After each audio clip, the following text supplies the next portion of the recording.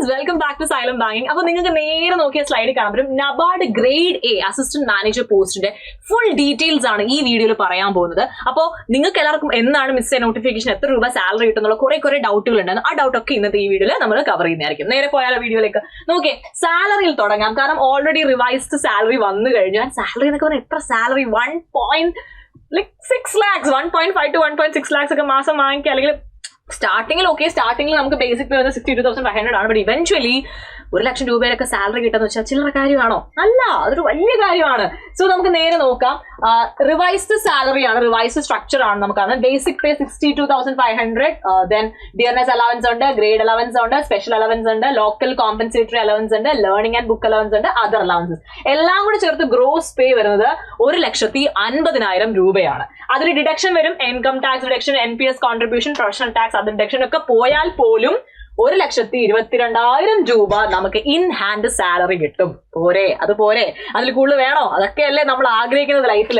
So gross salary 1.5 to 1.6 lakh, in hand കിട്ടുന്നത് 1.25 to 1.35, and basic pay monthly start ചെയ്യുന്നത് തന്നെ 62,500 പിന്നെ ഇത് മാത്രമല്ല, പെർക്സ് നോക്കിക്കേ.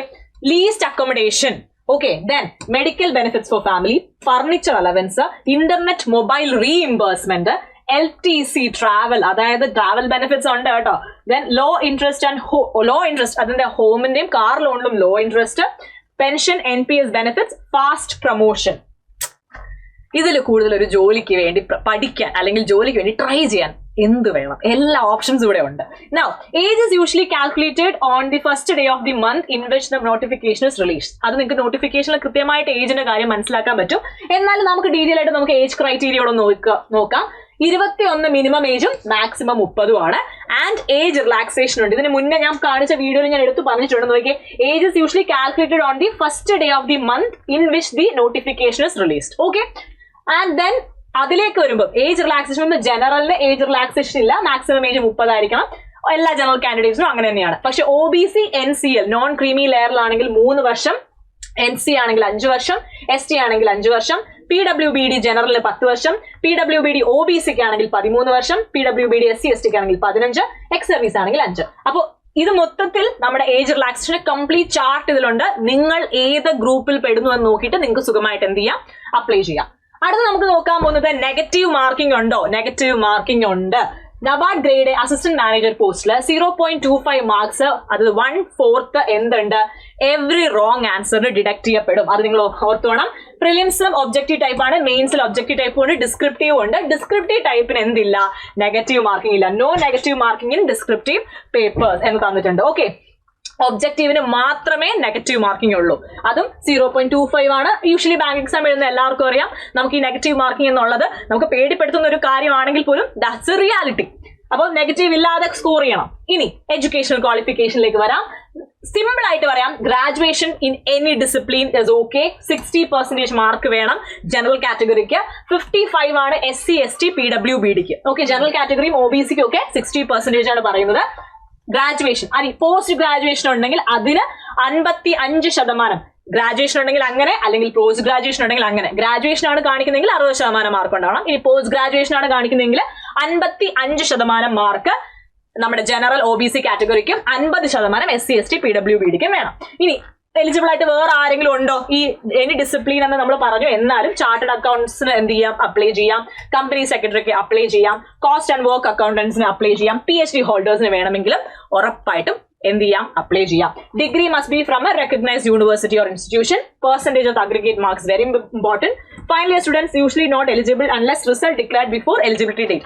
എലിജിബിലിറ്റി ഡേറ്റിന് മുന്നേ റിസൾട്ട് ഡിക്ലെയർ ചെയ്തിട്ടുള്ള ആൾക്കാർക്ക് മാത്രമേ എന്ത് ചെയ്യാൻ പറ്റുള്ളൂ? അതിപ്പോൾ ഫൈനൽ ഇയർ സ്റ്റുഡന്റ് ആണെങ്കിൽ നിങ്ങൾക്ക് എക്സാം അറ്റൻഡ് ചെയ്യാൻ പറ്റില്ല. ബട്ട് ഇഫ് നിങ്ങളുടെ റിസൾട്ട് എലിജിബിലിറ്റി ഡേറ്റിന് മുന്നേ റിസൾട്ട് ഡിക്ലെയർ ആയിട്ടുണ്ടെങ്കിൽ നിങ്ങൾക്ക് അറ്റൻഡ് ചെയ്യാനായിട്ട് പറ്റും. ഇനി നെക്സ്റ്റ് വൺ നമുക്ക് നോക്കാം, പാറ്റേൺ. എക്സാം പാറ്റേൺ നോക്കാം. എക്സാം പാറ്റേൺ കാണുമ്പോൾ reasoning ability 20 question 20 mark, English language 30 question 30 mark, computer knowledge 20 question 20 mark, quantitative aptitude 20 question 20 mark, decision making 10 question 10 mark, general awareness 20 question 20 mark, social and economic issues that is 40 questions 40 marks, agriculture and rural development ARD 40 questions 40 marks.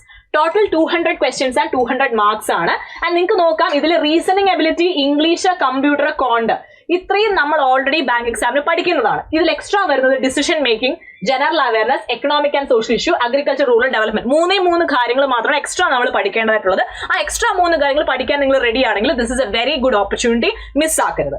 Okay, then total questions 200, total mark 200, duration of the exam is 120 minutes, online മോഡാണ്, 0.25 ആണ്. ഓരോ negative mark വരുമ്പോഴും ഓരോ negative wrong ആൻസറിന് നിങ്ങൾക്ക് ഉണ്ടാവുന്ന negative mark എന്ന് പറയുന്നത്. ഇനി only the marks of the following 3 sections are counted for merit. 3 മെറിറ്റിന് calculate ചെയ്യൂ. That is GA, ESI and ARD. അതായത് general awareness, economic, social issues and agriculture, rural development. All other sections R qualifying in nature. ബാക്കിയുള്ളതെല്ലാം ഈ പറഞ്ഞതിൽ ആദ്യത്തെ ഇത്രയും ആൾക്കാരും ക്വാളിഫയിങ്ങും രണ്ടാമത്തെ ഘട്ടത്തിലുള്ള ഇത്രയും പേരുമാണ് നിങ്ങളെ മെറിറ്റ് ചൂസ് ചെയ്യാനായിട്ട് ഉപയോഗിക്കുന്ന 3 exams. Okay, then psychometric test ഉണ്ട്. പ്രിലിംസും മെയിൻസും കഴിഞ്ഞാൽ ബിഫോർ ഇന്റർവ്യൂ നമുക്കത് കണ്ടക്ട് ചെയ്യുന്നതായിരിക്കും. ക്വാളിഫയിങ് ഇൻ നേച്ചർ ആണ്. Personality, decision making and behavioural traits നോക്കാൻ വേണ്ടി നടക്കുന്നതാണ് ഈ സൈക്കോമെട്രിക് ടെസ്റ്റ്. ഓക്കെ, അതിനുശേഷം ഇന്റർവ്യൂ ഉണ്ടാവും കേട്ടോ.